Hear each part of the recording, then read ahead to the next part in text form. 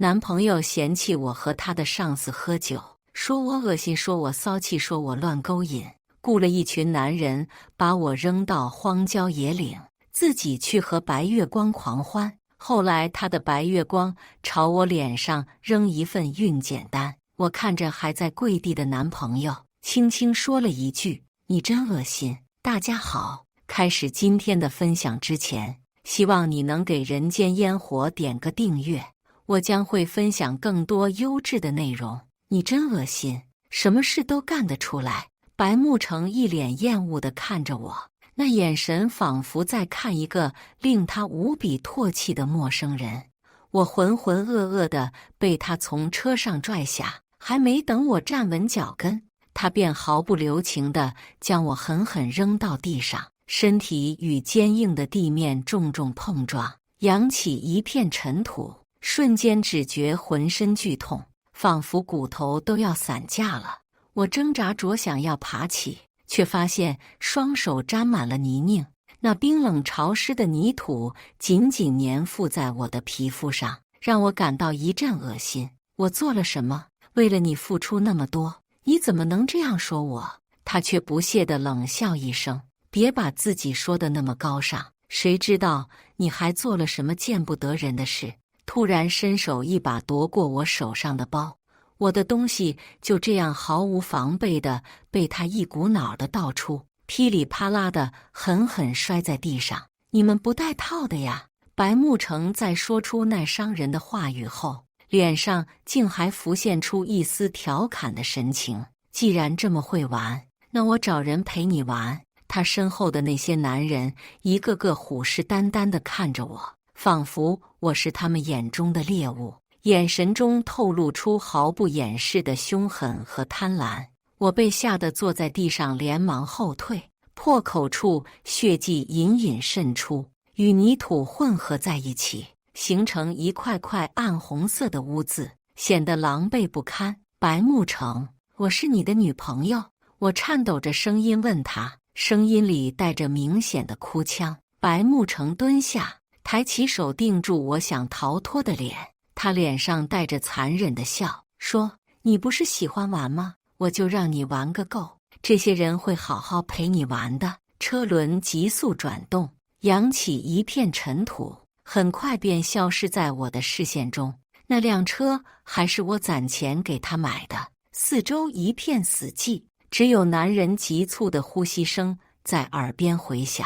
随着白慕成的离去，那些男人开始肆无忌惮地靠近我，他们的脚步声急促而沉重，仿佛是死亡的鼓点，一下又一下地敲击在我脆弱的神经上。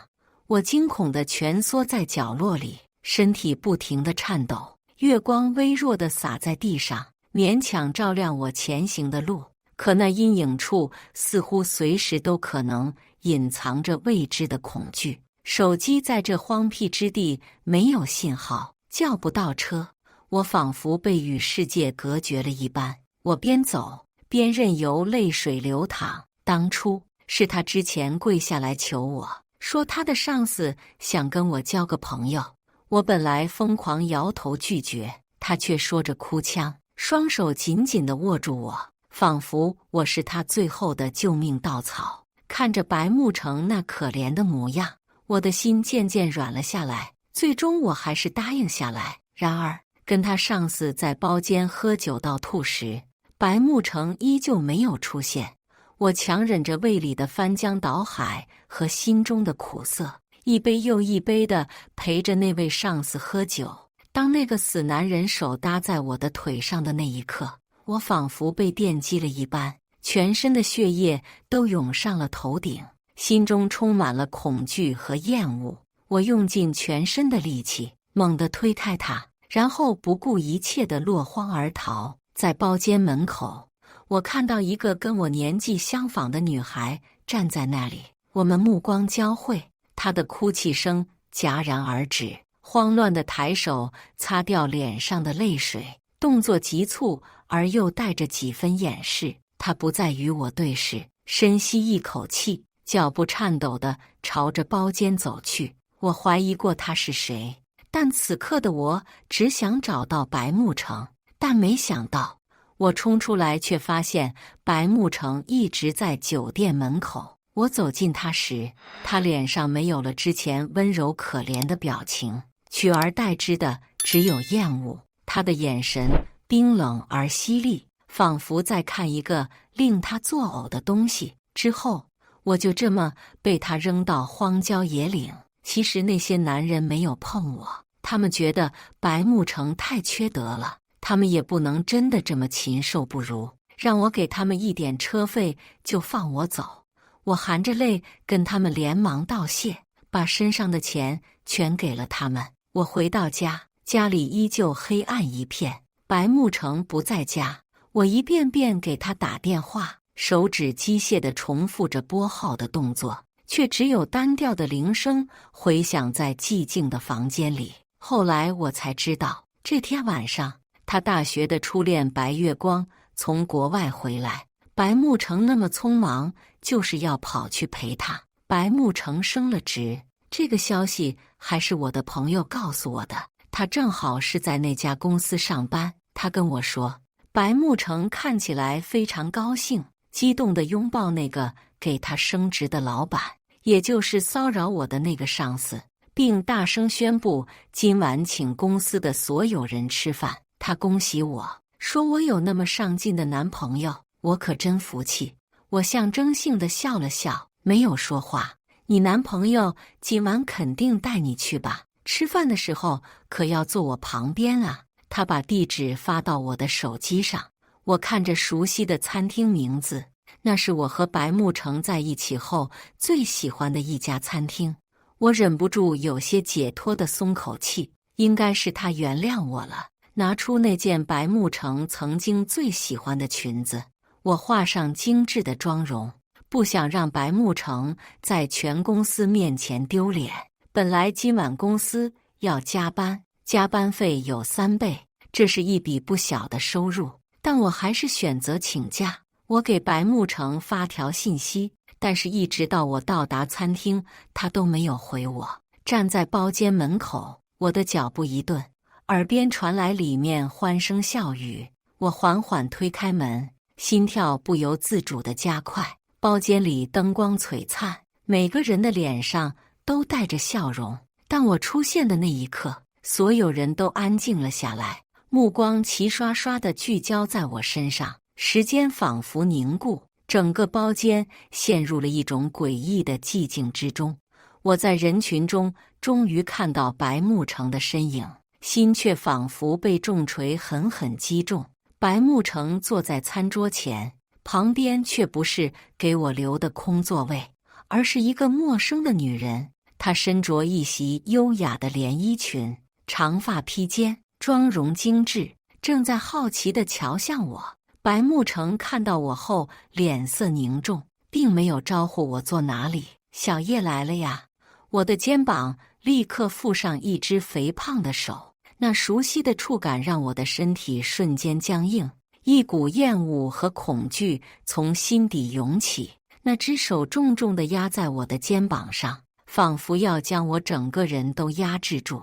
你今天可真漂亮啊，小叶！他的声音带着一丝调侃和不怀好意，在我耳边响起。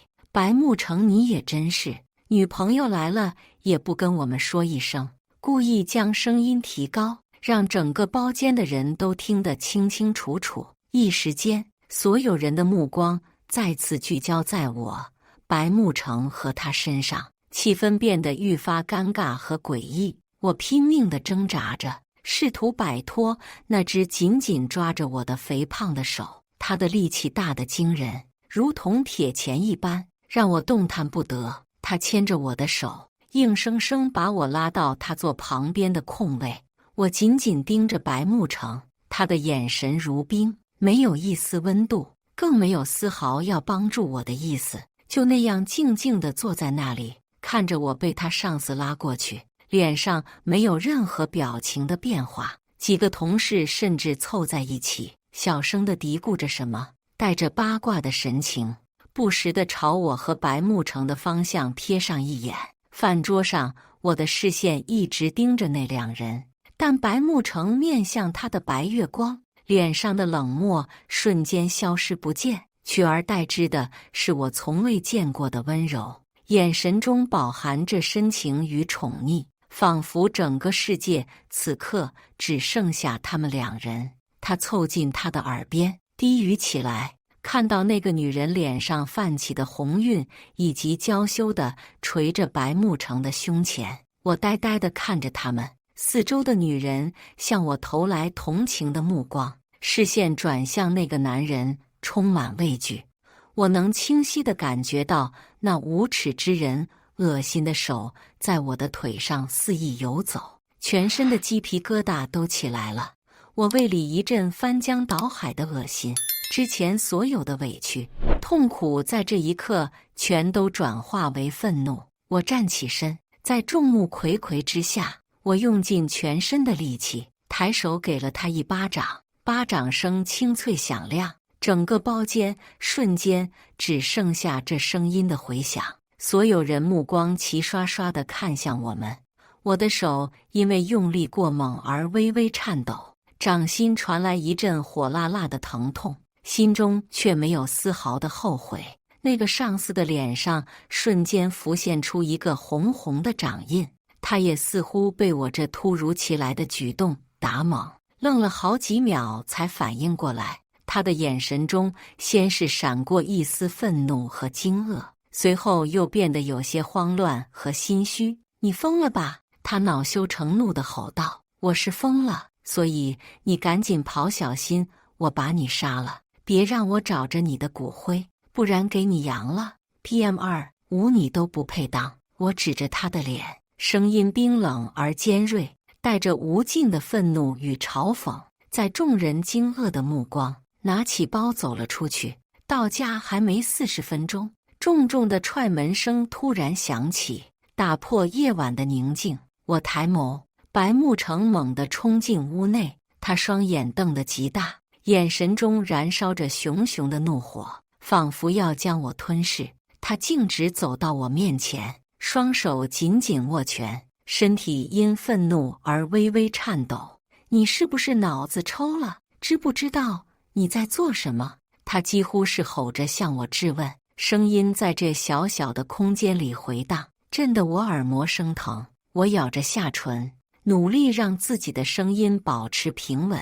他对我做了那种事，你看不到吗？他没有回答，反而更加愤怒地朝我吼道：你知道这对我意味着什么吗？我刚刚升职，你这一巴掌可能会毁了我的一切。你怎么这么自私，这么冲动？我自私，我冲动。话语如同一把把利刃，无情地刺向我的心。你就不能忍一忍吗？为了我，这点委屈都受不了吗？你看看你现在的样子，像个泼妇一样。你以为这样就能解决问题吗？他皱起眉头，眼神中没有一丝怜悯。我看着眼前这个如此陌生的男人，曾经的爱意在这一刻已被他的话语消磨殆尽，取而代之的是深深的绝望和心寒。那你说，坐在你身边的女人是谁？我忍不住质问道。他却愣了一会儿，眼神中闪过一丝慌乱。她只不过是我的大学同学，季初薇她离婚了，之前的丈夫家暴她，这段时间我先保护她一下。她声音有些干涩，更多的是理直气壮。保护？连自己的女朋友都保护不了，你却要保护别的女人？我几乎是吼出来，身体止不住的颤抖。白慕成皱着眉看我，一脸嫌弃，并没有当回事。你怎么能这么说？他现在很可怜，需要人帮助。我还想说什么，但尖锐的铃声响起，在这紧张的氛围中显得格外突兀。白慕成烦躁地从口袋里掏出手机，看到屏幕上的来电显示，却脸色秒变，立刻接起，隐隐约约听到对面女人哭喊的声音。白慕成急切地安慰着电话那边的人，我冷冷地站在一旁，看着他慌乱的样子，心里一阵凄凉。等他挂了电话，又立刻狠狠地瞪着我，咬着牙说道：都怪你，因为你我离开初微不久，她前夫上门找她了。你知不知道你会害死一个人？被他这突如其来的指责打到脸上，还没等我反应过来，白慕成已经破门而出。接下来几天我都没能再见到他，只能通过社交软件看到我过去的同事给我发的截图。在那次吃饭后，白慕成的很多同事都加上了那个女人微信，觉得那个女人比我温柔善良能干。同事发我的正是白月光的朋友圈，背景图是夜晚，一片大海，还有白慕成的身影，还有我给白慕成买的豪车，上面的文案写着心情不好，感谢有人陪我。翻了翻，还有白慕成陪他吃饭，陪他逛街，陪他看电影的一些照片。之后我再见到白慕成的朋友，他们也不再像往常一样笑着喊自己嫂子，他们的眼神中带着尴尬和不自然，一个个恨不得躲远点。我听人说，是因为他们都以为我和那个上司不染，那个上司也有老婆，大家都说我是恶毒的小三，给白慕成戴了绿帽。我的胃里一阵翻腾，满腔愤怒与绝望撕扯着我的神经。可偏偏却没有任何证据。我想找白慕成解释，却根本找不到他，没有人肯告诉我他的所在，甚至老天仿佛觉得我还不够痛苦。在我又一次找白慕成无疾而终，只能回家的路上，突然一辆车猛地停在我身旁，还没等我反应过来，一个女人就从车上冲了下来，是那个上司的老婆。她满脸愤恨的神情，身后还跟着几个凶神恶煞的女人。你这个不要脸的小三，竟敢勾引我老公！女人一边骂着，一边冲过来，挥手就给了我一巴掌。我的脸颊瞬间传来一阵火辣辣的剧痛，耳朵也嗡嗡作响。还没等我开口解释，她带来的那些女人就一拥而上，对我拳打脚踢。我没有。你们误会了！我拼命地呼喊着，声音却被他们的打骂声和周围嘈杂的声音淹没。但女人却丝毫没有停手的意思，她一边打一边继续辱骂着：“你还敢狡辩？整个公司都知道你和他的事了！你这个恶毒的女人，破坏别人家庭，你不得好死！”她的话语如同尖锐的刀子，一刀一刀凌迟着我。不知道什么时候，有人把他们拉开。我努力抬头，映入眼帘的是白慕成和季初微。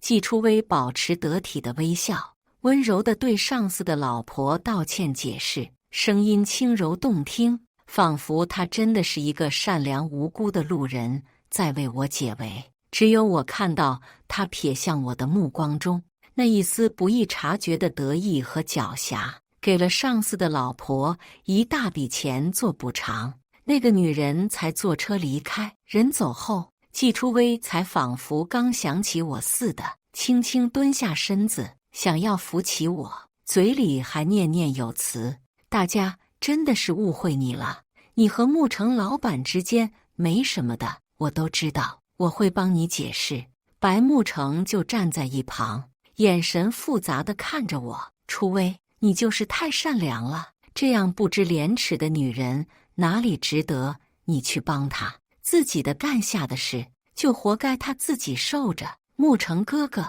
你不要别这么说，小叶姐也是个女人，她也是要脸面的。”我没说话，顶着周围人嘲讽的目光，任由她把我扶起来。站起来后，我看着还在黏黏糊糊的两人，轻轻开口：“我要报警。”他脸上的笑容瞬间僵住，眼神中闪过一丝慌乱和惊恐。“什么？我认为这是人为的，所以我要报警。”我盯着季初微，再次清晰地说道，每个字都咬得很重。季初微的双手不自觉地抓紧了衣角，可没想到，下一秒，他的眼里立马汹涌出泪水，眼眶泛红，楚楚可怜地看着白慕成。“对不起，慕成哥哥，是我没安抚好，让小叶姐受委屈了。”但我只是觉得这种事还是私了的好，没必要闹大。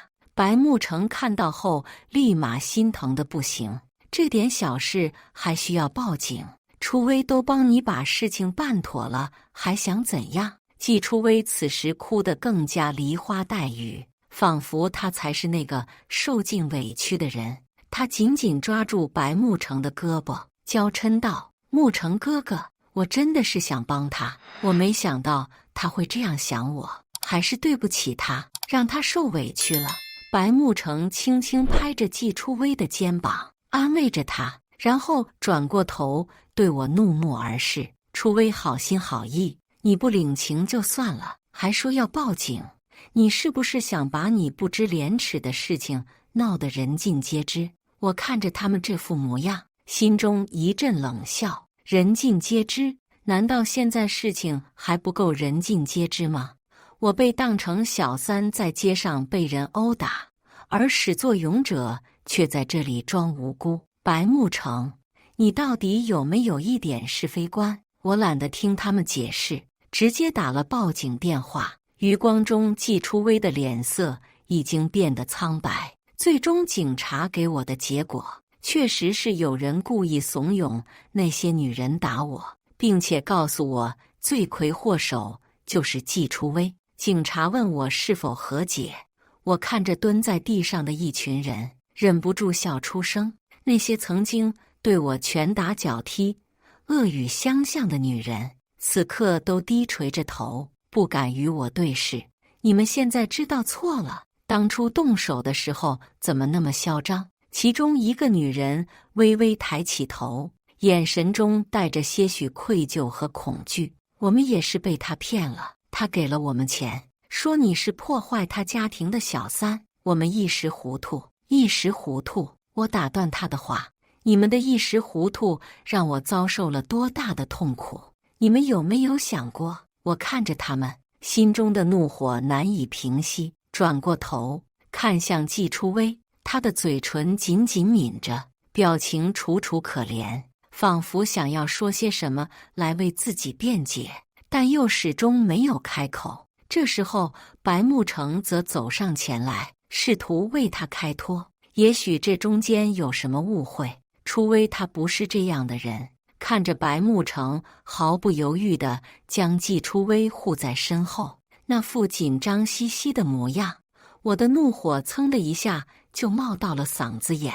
你管那么多呢？收粪车从你家路过，你都要拿勺子尝尝咸淡。他被我骂到不再说话，我就再次转向警察身上。我不和解，我让他赔偿并坐牢。季初薇腿脚一软，瘫坐在地上。最后，通过我的受伤程度，我获得1万的赔偿费和季初薇进去1周。身边没了季初薇，白慕成这1周没有地方可去，他就像是一只被困在牢笼里的愤怒野兽，将他的怒火全都发泄在了我的身上。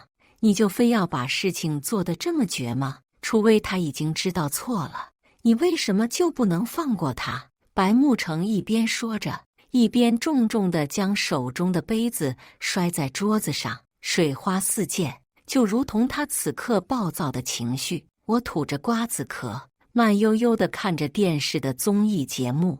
马上就要交1个月的房租费，你去交。白慕成的脸色变得更加难看，他咬着牙说：“这段时间你一直跟我闹，如今连房租都不管了吗？拜托！”我把手上的瓜子壳一股脑扔到他的脸上。这个房子住之后，85%都是我交的，你还有脸说？你有本事不交，那就跟我打官司！我双手抱在胸前，微微扬起下巴，从房间里顺势把他所有的行李在他错愕的眼神丢出门外，准备丢下一趟，手腕突然被抓住。白慕成却丝毫没有放手的意思，他的力气很大，让我的手腕隐隐作痛。你不能这么对我，我们在一起这么久，你怎么能这么绝情？他的语气中带着一丝哀求。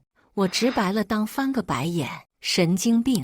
使劲甩开他的手，毫不犹豫地转身回到房子里，砰的一声关上了门，将白慕成和过去的一切都关在了门外。难道还想让老娘搬出去吗？后来朋友告诉我，白慕成被降职，因为上次我打他上司一巴掌的事。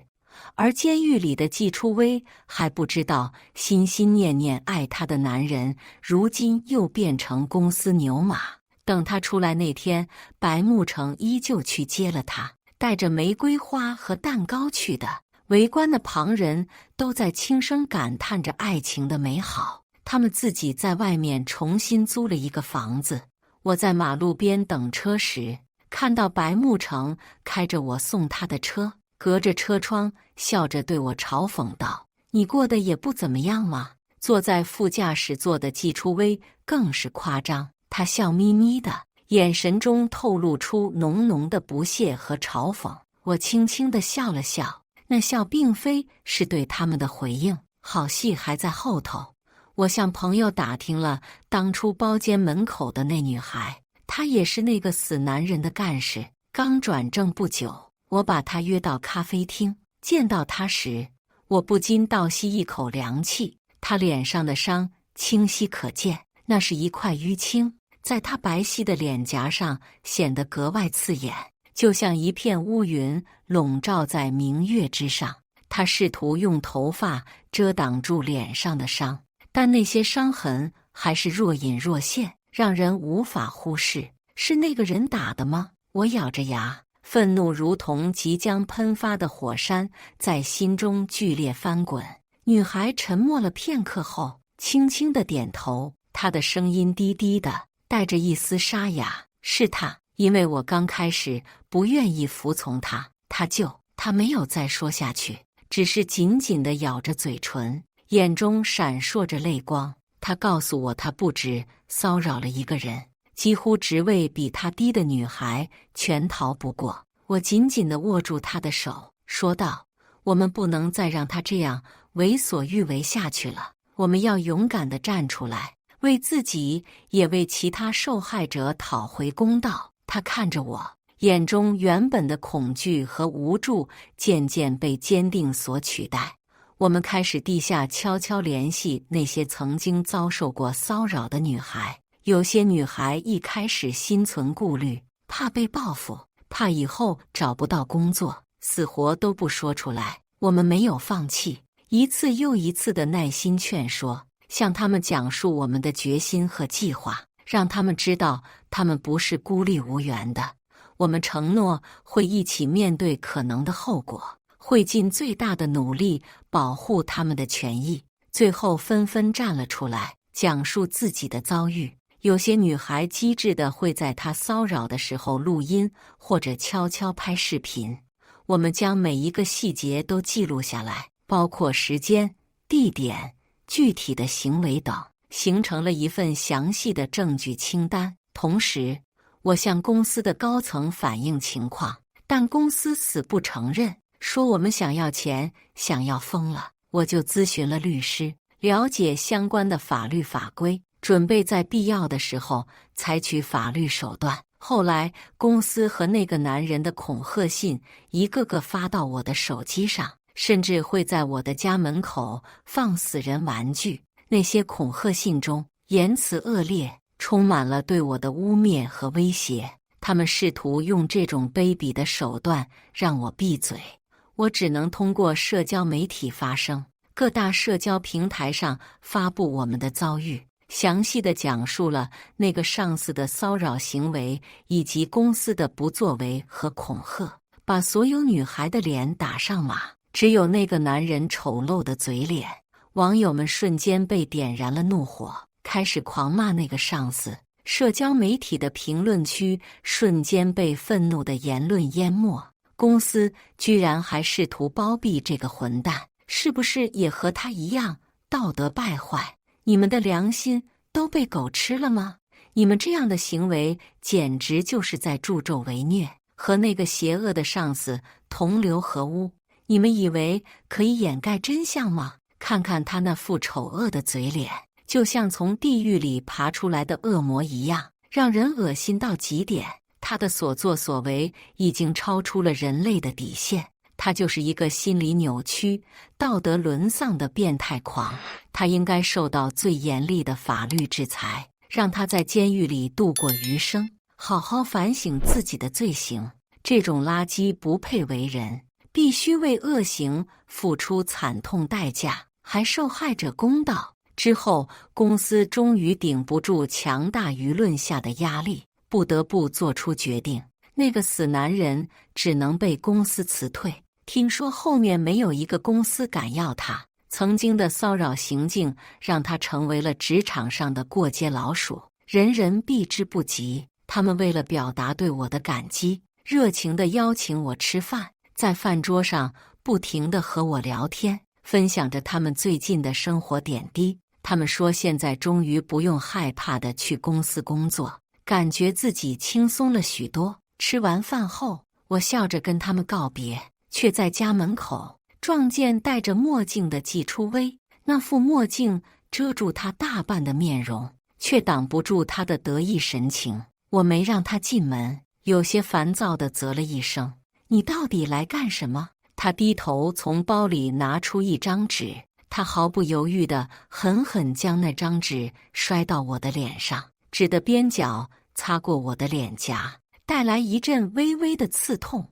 我缓缓打开那张被他狠狠摔到我脸上的纸，目光触及到纸上的内容，那是一张孕检单，而上面清晰地写着季初薇的名字。他微微扬起下巴，嘴角勾起一抹嘲讽的笑：“我怀了你男朋友的孩子。”他的声音中充满了挑衅和得意，轻轻抚摸着，尽管还看不出明显的孕肚，动作却充满了刻意的炫耀。他现在是我的了，你什么都不是。我一下子笑出声：“你的废话真的比广告还多，而且你确定孩子真的是他的吗？”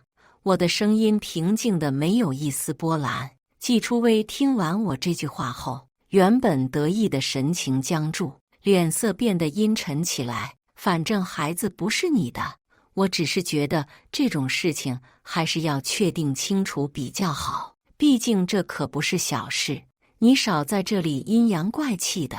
他彻底被激怒了，大声地吼道，他的身体微微颤抖，脸上因为愤怒而泛起了一丝红晕。我怀的就是他的孩子，这是事实，你别想否认。我耸了耸肩，你不知道他现在没工作了吗？以后你孩子生出来有可能都没有奶粉钱。听到我说出这句话后，原本还气势汹汹的他，瞬间像被施了定身咒一般，呆立在原地。看来他并不知道白慕成没了工作，后来的结果跟我想的一样。季初薇气得要去医院堕胎，但是白慕成死活都不同意，认为这是他第一个孩子。季初薇受不了白慕成的死缠烂打，把真相全说出来了。原来季初薇根本没和她前夫离婚，只是她老公赌博赌输了家产，来找白慕成要点钱。原本白慕成是最后一根救命稻草，却没想到两个男人都没有钱。白慕成到最后都是疯狂地骂我，说我有病，都是因为我说了那些刺激的话，刺激到了他的白月光。我无辜的歪头，我只是说了他没工作，哪知道他反应那么大。白慕成还是怕季初薇受刺激去堕胎，每次载他出门都跟在他屁股后面，不跟不知道。季初薇的最终地点居然是去了那个上司的家里。没过多久，就看见季初薇被那个上司的老婆像垃圾一样扔出房门，并大声破骂：“你这个小三，你别以为你怀了我老公的种，就想要女主人这个位置。”那声音尖锐又刺耳，引得周围的邻居纷纷侧目。白慕成看到这一幕也惊呆了，原来肚子里的孩子是那个骚扰女性的上司的。白慕成到最后都是他白月光的备胎。他看着季初薇狼狈地被扔出房门，心中的那份执着和爱意在这一刻瞬间崩塌。最后季初微知道待在这里不会有一分好处，屁颠又回到她没离婚的老公身边。白慕成则又在我的身边晃悠，他跪在我面前，哭着对我说：“小叶，对不起，原谅我吧。现在我没有工作，没有钱，只有你了。”他的眼神中流露出哀求，仿佛一个迷失的孩子在寻找回家的路。我知道错了，真的知道错了。我以后再也不在外面乱搞了。我以后乖乖听你的话，好不好？我静静地看着他，眼中没有丝毫波澜。曾经的伤害如同一道深深的沟壑，无法跨越。你真恶心，太晚了，白慕成。我的声音平静而决绝。最终，我把白慕成把我扔到荒郊野岭，交给一群男人处理的证据交给警方，以故意伤害罪的罪行让白慕成接受法律的制裁。这是他应得的下场。他曾经的残忍和无情，不能轻易的原谅。以上就是今天分享的故事。大家有什么想说的、想吐槽的，欢迎在下方评论交流。也更希望能给人间烟火点个订阅，我将会分享更多优质的故事内容。